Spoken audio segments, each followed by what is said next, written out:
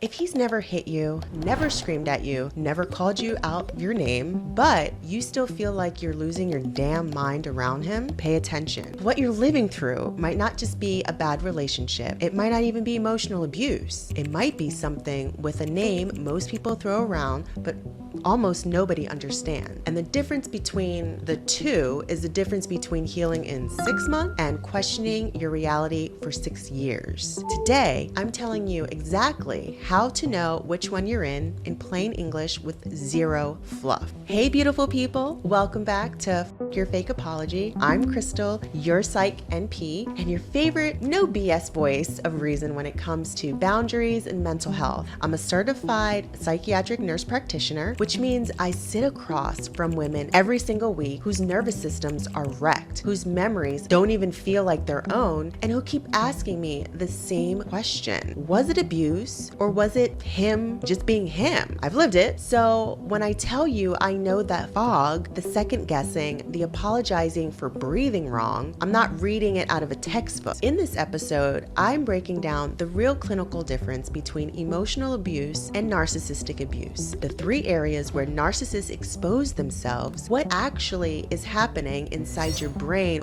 while it's going down, and the one quotable line that'll tell you which one you're dealing with. Let's get into it. So here's where everyone gets it twisted. Emotional abuse and narcissistic abuse are not the same damn thing. They overlap, but they don't equal each other. Emotional abuse is behavior. Narcissistic abuse is a pattern driven by a personality structure. Think of it like this. Emotional abuse is the rain. Narcissistic abuse is the whole damn hurricane. That's the flooding, the wind, the power outage, and the fake I was just trying to help press conference that happens afterward. An emotionally abusive person can lash out, shame you, stonewall you, and still feel guilt about it later. A narcissistic abuser does all of that on purpose with a strategy, and only thing they feel afterwards is annoyed that you noticed. One is dysregulation, the other is domination dressed up as love. And here's the part that's gonna sting a little bit. Emotional abuse usually has moments. You can point to a fight, to the comment, to the door slam. Narcissistic abuse doesn't always give you that. Sometimes you walk away from an entire conversation just thinking, what the hell just happened? Why do I feel like garbage? He didn't even technically say anything mean. And that's the difference. Emotional abuse leaves bruises on your feelings. Narcissistic abuse leaves fingerprints on your perception. A narcissist is going to test you in 3 specific places: your reality, your identity, and your recovery. Pay attention, because this is where the mask slips. One area, your reality, the setup is going to be a normal disagreement. Something happened, you remember it, you bring it up, and the test is how they respond. An emotionally abusive partner might get defensive, raise their voice, say something cruel, and later feel bad about it. A narcissist, they flip the entire script entirely. That never happened, you're imagining things, you're crazy. Then they watch to see if you start doubting your own memory. Now, if you yield, if you say, maybe I'm misremembering, they learn that your reality is theirs to edit. And that's not a fight, that's gaslighting as a control system. And clinically, here's why it works so well. Every time someone you love tells you your memory is wrong, your hippocampus, that's the part of your brain in charge of memory and context, starts second guessing itself. Your amygdala, your alarm system, gets stuck in the on position. So now your body's living in a low-key panic 24/7, and your brain literally stops trusting its own file. And that's not weakness, that's neuroscience. That's what gaslighting does to a human nervous system. The second area is going to be your identity. This, let's say you share something you're proud of, a promotion, a new friendship, a goal, a past test, okay? So now you're going to test whether they celebrate with you or shrink you. Emotionally abuse sounds like, must be nice, said with an attitude. Narcissistic abuse sounds like, that's cute, but you're not really qualified, right? I'm just being honest because I love you. Then they watch your face. If you start defending your worth to them, they learn that your self-image is on a leash they get to hold. Emotional abuse damages your confidence. Narcissistic abuse rewrites who you think you are.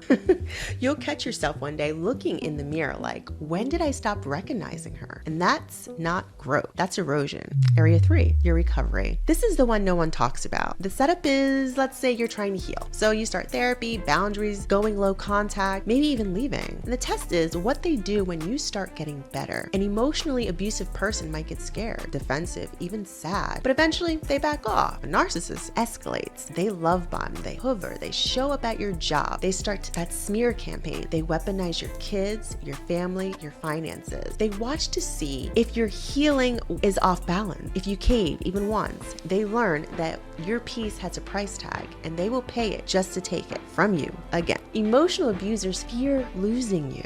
Narcissists fear losing control of you. Big difference. And this is a part people skip. Not everyone who does these things is a narcissist, right? People with unprocessed trauma, untreated anxiety, attachment wounds, addiction, or just plain bad communication skills can absolutely behave in emotionally abusive ways. They can lash out, stonewall, even gaslight in a moment. But the difference is self-awareness and repair. A non-narcissist will eventually look in the mirror, feel real shame, not performance, shame, and try to do the work. They go to therapy. They actually change. They name what they did without making themselves the victim of their own apology. A narcissist, on the other hand, will hand you an apology that sounds like a press release. I'm sorry you felt that way. I'm sorry if I came across like that. I'm sorry, but, and then do the same exact thing the next week. And here's the kicker. If you point it out, suddenly you're the one who can't let things go. You're the one holding grudges. You're the one who needs help. Emotional abuse can come from a broken person who's still capable of becoming whole. Narcissistic abuse comes from someone who needs you broken to stay whole. Emotional abuse is what someone does to you on their worst day. Narcissistic abuse is who someone is on their best one. Read it again. Because once you really get that in your bones, you stop waiting for the good version of them to come back. There is no good version. There's just the mask and the moment they got tired of wearing. Now, if this cracks something open for you, share it with a friend who's still calling it just a rough patch. Subscribe because YouTube thinks you'll love my next one. It dives deeper into how to tell if you're being love bombed or actually loved, and it's your next step toward building the kind of peace nobody gets to take from you again. I'm Crystal, your Psych MP, and this is your fake apology. You're not broken. You're finally seeing clearly. Take care.